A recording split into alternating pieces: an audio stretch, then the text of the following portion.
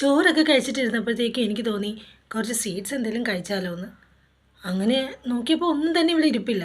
അപ്പോൾ ഞാൻ ഓർത്തു ശർക്കര ഇരിപ്പുണ്ട്. പണ്ടൊക്കെ സ്കൂൾ വിട്ട് വരുന്ന സമയത്തും കോളേജിൽ പോകുന്ന സമയത്തുമൊക്കെ ചെറുതിലെ വീട്ടിലേക്ക് വരുമ്പോൾ ശർക്കര ഉണ്ടാവും വീട്ടിൽ. അപ്പോൾ അത് വെച്ചിട്ടാണ് നമ്മൾ എന്തെങ്കിലുമൊക്കെ ഉണ്ടാക്കും. ഞാൻ അങ്ങനെ ഒരു റെസിപ്പിയാണ്. റെസിപ്പി എന്ന് വെച്ചാൽ അധികം ഇൻഗ്രീഡിയൻസ് ഒന്നും ഇല്ല കേട്ടോ. ചെറിയ ചെറിയ കാര്യങ്ങൾ ചേർത്തിട്ട് ചെയ്തിരുന്നതാണ്. അപ്പോൾ ഇപ്പോഴും ഞാൻ ആലോചിച്ചു, ഒരുപാട് സാധനങ്ങളൊന്നും ഇവിടെ ഇരിപ്പില്ല, എങ്കിൽ പിന്നെ ശർക്കര ഉണ്ടല്ലോ, അത് വെച്ചിട്ട് പണ്ട് ചെയ്തതുപോലെ തന്നെ ഇപ്പോഴും ഒന്ന് ചെയ്ത് നോക്കിയാലോ എന്ന്. അപ്പോൾ നമുക്കതൊന്ന് നോക്കിയാലോ. അതിനായിട്ട് ആദ്യം ഒരു തവ എടുക്കുക. തവയിൽ വെളിച്ചെണ്ണ ഒഴിക്കുക. അതിലേക്ക് ശർക്കര ചേർക്കുക. ശർക്കര നന്നായിട്ട് മിക്സ് ചെയ്ത് നല്ല ഇളക്കി അതിൻ്റെ തരിയൊന്നും ഇല്ലാത്ത തരത്തിലെടുക്കുക.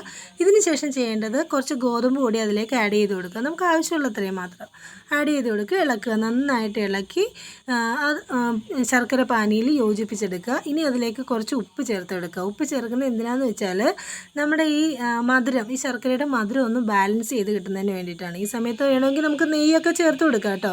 നമുക്കിപ്പോൾ നെയ്യ് എൻ്റെ കയ്യിൽ ഇല്ലാത്തതുകൊണ്ട് ഞാൻ ചേർത്തില്ല. ഇനി എന്താണെന്ന് വെച്ചാൽ ഇത് നന്നായിട്ട് ഇളക്കി ആ ഫ്ലെയിം ഓഫ് ചെയ്ത് വയ്ക്കുക. ഇനി ചെയ്യാനുള്ളത് എന്താണെന്ന് വെച്ചാൽ വേറൊരു പാത്രം എടുത്ത് അതിലേക്ക് വെളിച്ചെണ്ണ ഒഴിക്കുക. ആ വെളിച്ചെണ്ണ നന്നായിട്ട് ആ പാത്രത്തിൽ തേച്ച് പിടിപ്പിച്ചതിന് ശേഷം നമ്മൾ ഈ ഉണ്ടാക്കി വെച്ചിരിക്കുന്ന ശർക്കര പാനി ഇതിലേക്ക് ഒഴിച്ചു കൊടുക്കുക. ഇനി ചെയ്യേണ്ടതെന്ന് വെച്ചാൽ നമുക്ക് ചൂടോടെ തന്നെ ഈ ശർക്കര പാനി ഉണ്ടയായിട്ട് ഉരുട്ടിയെടുക്കണം. അങ്ങനെ ഞാൻ ഉരുട്ടിയെടുത്തിരിക്കുന്ന ഉണ്ടകളാണ് ദാ ഈ കാണുന്നത്. ഇതാണ് നമ്മുടെ ശർക്കര മിഠായി. അപ്പോൾ നമുക്കിതൊന്ന് ടേസ്റ്റ് ചെയ്ത് നോക്കിയാലോ.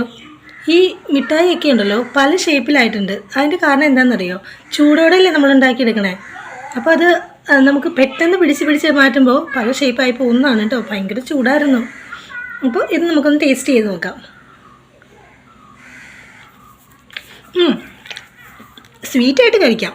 പക്ഷെ ഒരു കാര്യമുണ്ട്, പിള്ളേർക്കൊന്നും കൊടുക്കാൻ പറ്റില്ല. ഭയങ്കര വലിയ കട്ടിയാണ് ഇതിന്. ഈ കട്ടി അങ്ങോട്ട് ചെന്ന് പിള്ളേർ ഇങ്ങനെ മെഴുങ്ങിപ്പോയാൽ തൊണ്ടയ്ക്ക് ഒരുങ്ങിപ്പോവും. അതുകൊണ്ട് പിള്ളേർക്ക് കൊടുക്കണ്ട കേട്ടോ. ഇങ്ങനെ പതിയെ ഇട്ടിട്ട് കുറേശ്ശെ അലിയിച്ച് മാത്രമേ കഴിക്കാൻ പറ്റൂ. എങ്ങനെയുണ്ട് എൻ്റെ ശർക്കര മിഠായി? ഇഷ്ടമായോ? ഇഷ്ടമായെങ്കിൽ ലൈക്ക് ചെയ്യുക, സബ്സ്ക്രൈബ് ചെയ്യുക. ഈ അടുത്തൊരു വീഡിയോയിൽ കാണുന്നവരെ ടാറ്റാ.